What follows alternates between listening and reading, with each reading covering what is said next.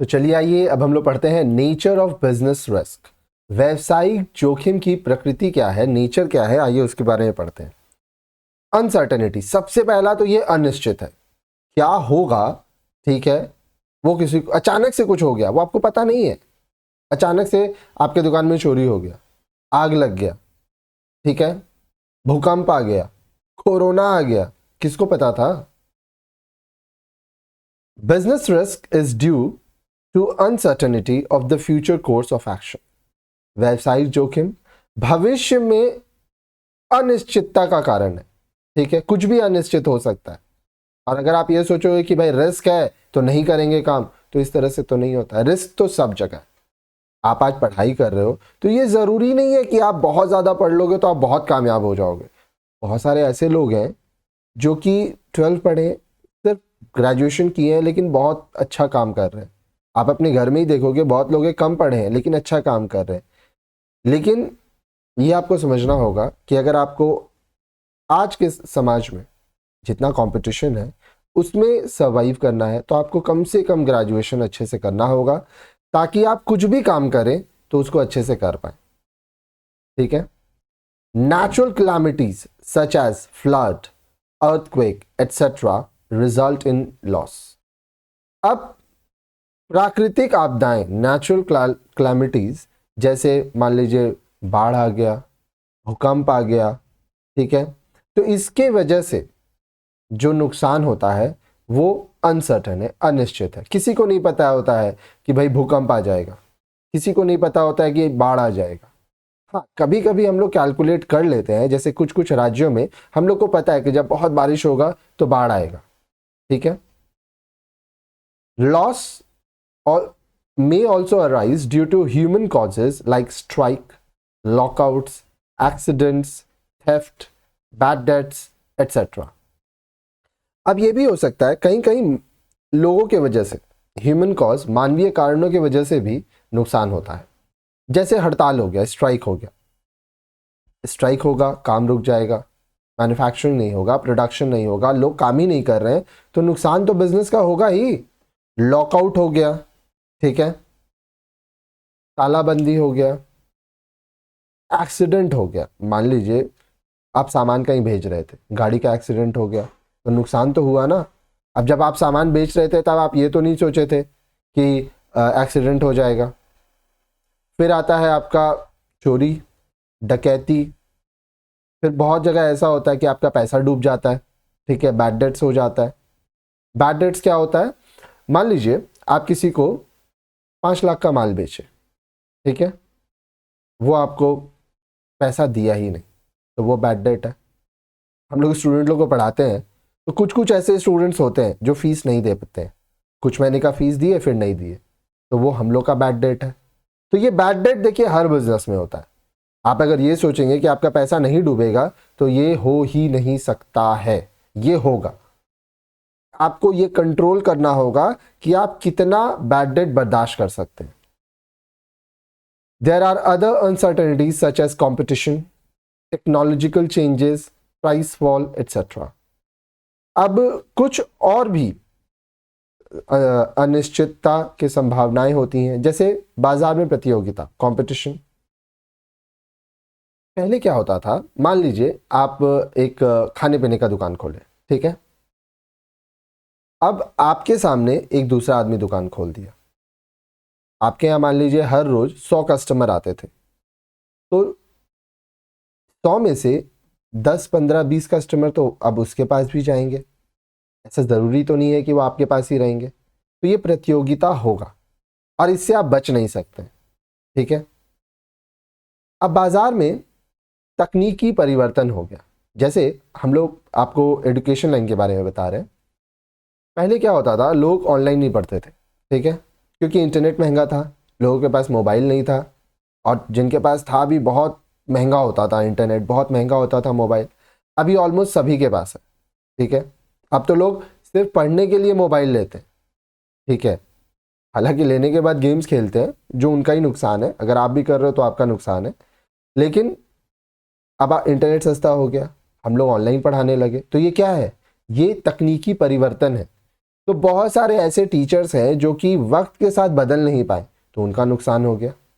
ठीक है, आज से लगभग 10 साल 15 साल बाद आर्टिफिशियल इंटेलिजेंस आ जाएगा, तो जो लोग अपने आप को उसके अकॉर्डिंग चेंज नहीं करेंगे उनका नुकसान होगा, क्योंकि तकनीक तो बदलेगा, साथ ही साथ मूल्य में गिरावट।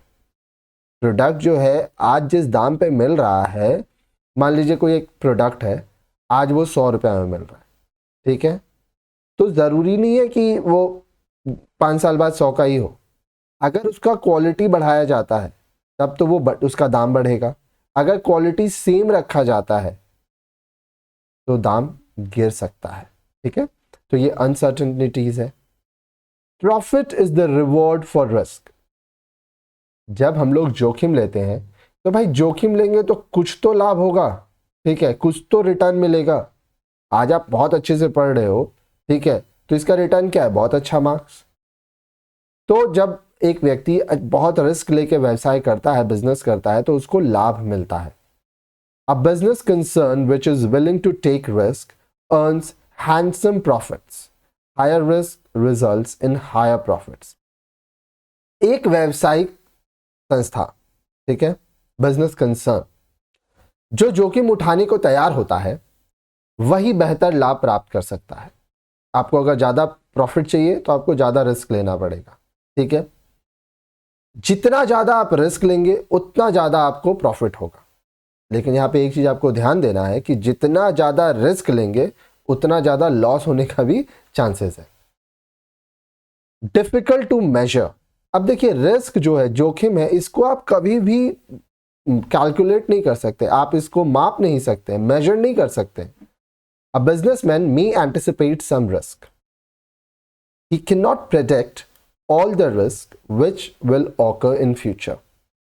Therefore, risk cannot be measured accurately. अब देखिए, एक जो बिजनेसमैन है, एक जो व्यवसायी है, वो कुछ रिस्क ले सकता है। ठीक है, वो कुछ रिस्क सोच सकता है कि हाँ, अब जैसे बैड डेट का हम आपको एग्जांपल बताएं कि माल बेच रहे हैं तो कुछ लोग होंगे जो कि कुछ पैसा लेट से देंगे या कुछ पैसा डूब जाएगा। ठीक है, लेकिन वो सब तरह का रिस्क नहीं सोच सकता। कौन जानता था कोरोना आ जाएगा? ठीक है, कुछ स्टूडेंट थे, देखिए 100 स्टूडेंट में 10 स्टूडेंट ऐसे थे जो पैसा नहीं देते थे, ये सच है, हम लोग ये मानते हैं कि ऐसा होता है। दुकानदार के पास 100 कस्टमर आते हैं, मान लीजिए 20 जन उधारी में सामान लेते हैं, देखेंगे उन लोग के पास खाता रहता है, वो लोग लिखते हैं, तो उसमें कुछ लोग हैं जो पैसा नहीं देते। लेकिन क्या कोई ये सोचा था कि कोरोना आ जाएगा, पूरा बंद हो जाएगा, ठीक है, बहुत नुकसान हो जाएगा? इसीलिए कभी भी एकदम सटीक एक्यूरेटली हम लोग ये कैलकुलेट नहीं कर सकते हैं कि कितना रिस्क है। ठीक है, एसेंशियल एलिमेंट्स ऑफ बिजनेस, व्यवसाय का ये एक आवश्यक तत्व है, एसेंशियल एलिमेंट है, ये होना ही है। Business activities can not be conducted without some element of risk. Risk bearing is an essential element of business. कोई भी व्यवसाय हो, जोखिम उठाए बिना व्यवसायिक गतिविधियों को आप चला नहीं सकते हैं। ठीक है, आप अगर जॉब भी करने जा रहे हो ना, वहां भी रिस्क है। ठीक है, हो सकता है कि आपसे अच्छा एम्प्लॉय मिल जाए, हो सकता है आज आपका डिमांड हो, कल नहीं हो, आपको नौकरी से निकाल दे। तो खुद को अपग्रेड करते रहना पड़ेगा, पढ़ते रहना पड़ेगा, नई नई चीज सीखते रहनी पड़ेगी। इसी तरह से बिजनेस में भी होता है। पहले लोग हाथ से बने हुए, ठीक है, एम्ब्रॉयडरी के कपड़े पहनते थे, अब सब मशीन प्रिंटेड हो गया, मशीन से सब सिलाइयां होने लगी। तो जो लोग हाथ से काम करते थे उनका बहुत नुकसान हुआ है। ठीक है, क्योंकि मार्केट में लोगों को फिनिशिंग चाहिए, मशीन से जितना अच्छा फिनिशिंग होगा हाथ से कभी नहीं हो सकता। और अगर हाथ से उतना अच्छा फिनिशिंग मिल रहा है तो वो बहुत महंगा होगा। हाथ से बना हुआ कपड़ा अगर 1000 का मिल रहा है तो मशीन से वही कपड़ा आपको 200-300 में मिल जाएगा।